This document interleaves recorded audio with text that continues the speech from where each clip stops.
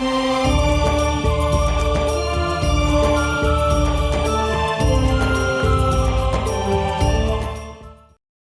चाहते तो नीरू नीमा को संतान भी दे सकते थे, लेकिन पुण्यात्मा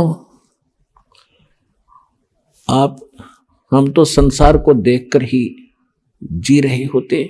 परमात्मा ने एक एक आत्मा निकालनी भारा हो रही यहां से, काल ने ऐसा जुल्म कर रखा हमारे साथ।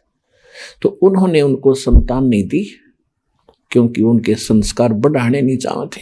तो उसके लिए स्वयं आगे एक पुत्र रूप में नीरू नीमा स्नान करने जा रहे थे। रास्ते में नीमा का नए नए इंजेक्शन लग गए थे। रात में कोई बाहर तारी थी, कोई रिश्तेदार, वो खूब कहेगी उसको एक बालक तो चाहिए था, ऐसे कैसे जिया जाएगा हैं, और सुनना पड़ा है घर तुम्हारा, संसार में क्या लेकर जाओगे। तो वह बहुत दुखी हो रही थी। सुबह नहाने के लिए गई तब भी रोती जा रही थी और भगवान शंकर से प्रार्थना कर रही थी कि हे भगवान शिव जी, आप तो समर्थ दाता हैं, आप जो चाहो सो कर सकते हैं। इस पापर को भी एक लाल दे देते, मेरा भी संसार में जीना मेरा भी साझा बन जाता, मैं भी सुख से जी लेती। सबकी दृष्टि से बचकर चलना पड़ता है, मेरा क्या जीवन है दाता। यूं कहकर फूट फूट कर रोने लगी।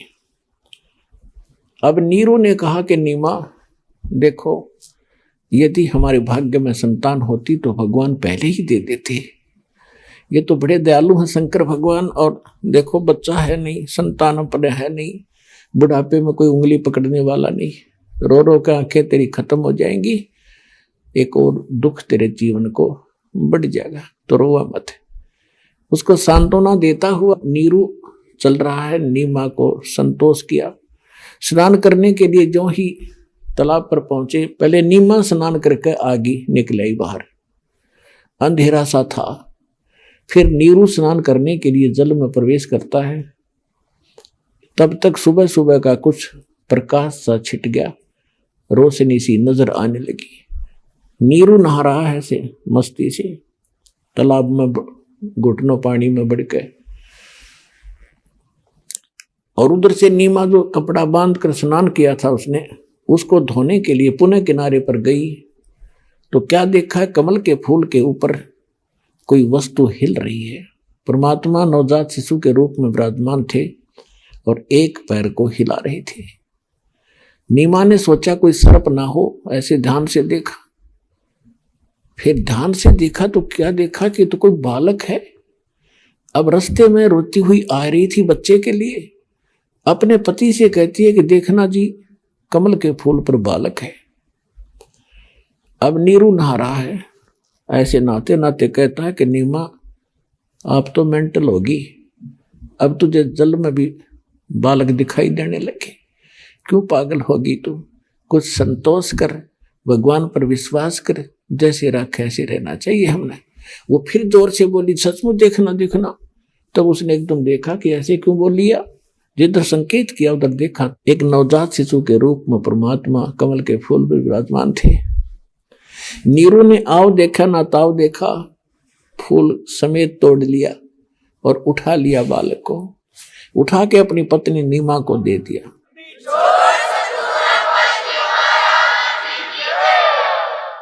और नीमा उस बालक को लेकर किनारे पर आ गई।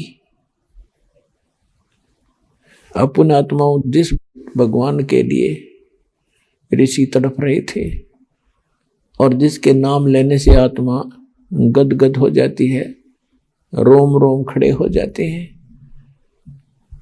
और उस परमेश्वर को, उस परम शक्ति को एक माई ने अपनी गोदी में लेकर पुत्रवत प्यार किया। कभी उसका मुंह चूम्या, कभी माथे गलाया और सौ शुक्र मनाया अपने शंकर भगवान का। अपने आत्माओं देखो, आज तक हमारे ऐसी बुद्धि रही कि कर्ता भगवान कोई रहा, हम क्रेडिट किसको देते रहे।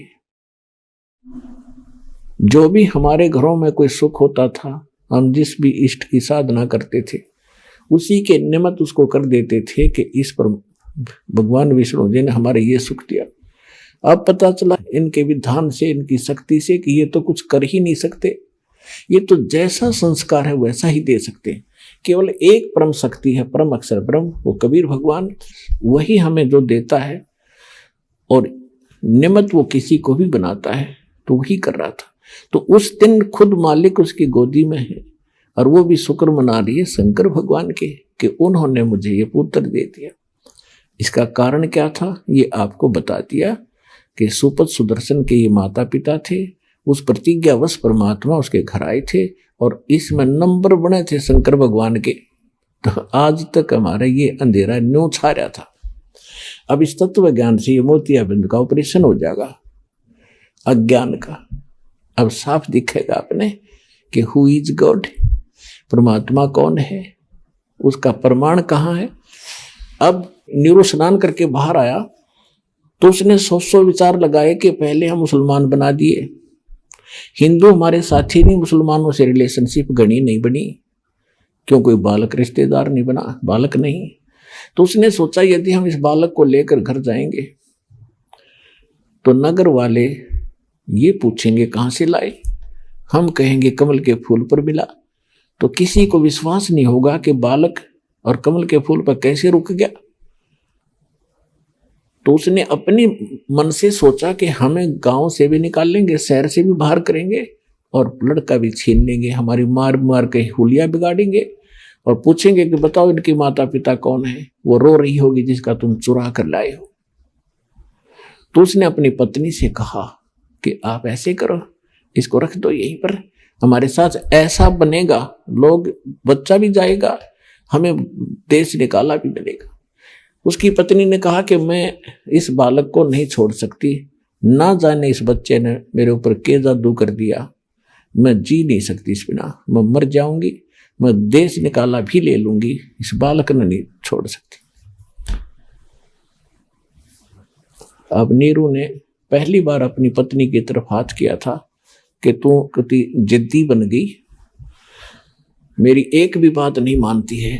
मैं आज तक तेरी सारी बातों को मानता रहा क्योंकि तेरा संतान नहीं थी, तेरी किसी बात की अवहेलना मैंने करी नहीं कि कहीं तेरा दिल ना दुख है, लेकिन तू इतनी चढ़ गई सिर पे, एक भी नहीं मानती मेरी, रख दे इस बालक ने, नहीं तेरे ऐसा मारूंगा थप्पड़। ऐसा उसने किया ही था। तो परमात्मा बोले नवजात शिशु के रूप में कि नीरू मुझे घर ले चलो, तुम्हें कोई कुछ नहीं कहेगा। अब वो डर गया कि बालक बोला कर इसमें कोई फरिश्ता है या कोई भूत प्रेत है, कोई जंद है। वो चुप करके आगे आगे चल पड़ा। अपने आत्माओं सारा शहर देखने आया, इतना सुंदर बालक, नूर न्यारा भगवान का, कितना ही उन्होंने हल्का नूर कर रखा था लेकिन न्यारा चेहरा दमदमा रहा था दाता का। सारा गांव नगर झुंड के झुंड स्त्री पुरुष गीत गाते हुए आ रहे हैं और उस बालक को देखने के लिए आ रहे हैं। किसी के मन में ये नहीं गया कि कमल के फूल पर मिला कैसे, और वो सच्ची बता रहे थे कि ऐसे हमें मिला। तो कोई भी इस बात पर ध्यान नहीं गया और सभी ये कह रहे थे ऐसा बालक तो कभी देखा ना सुना, ये तो कोई फरिश्ता है, कोई ब्रह्मा विष्णु महेश से कोई एक शक्ति आई है, ये आम बालक नहीं है। कुछ दिन के अंदर ये बात समाप्त हुई, चर्चा का विषय।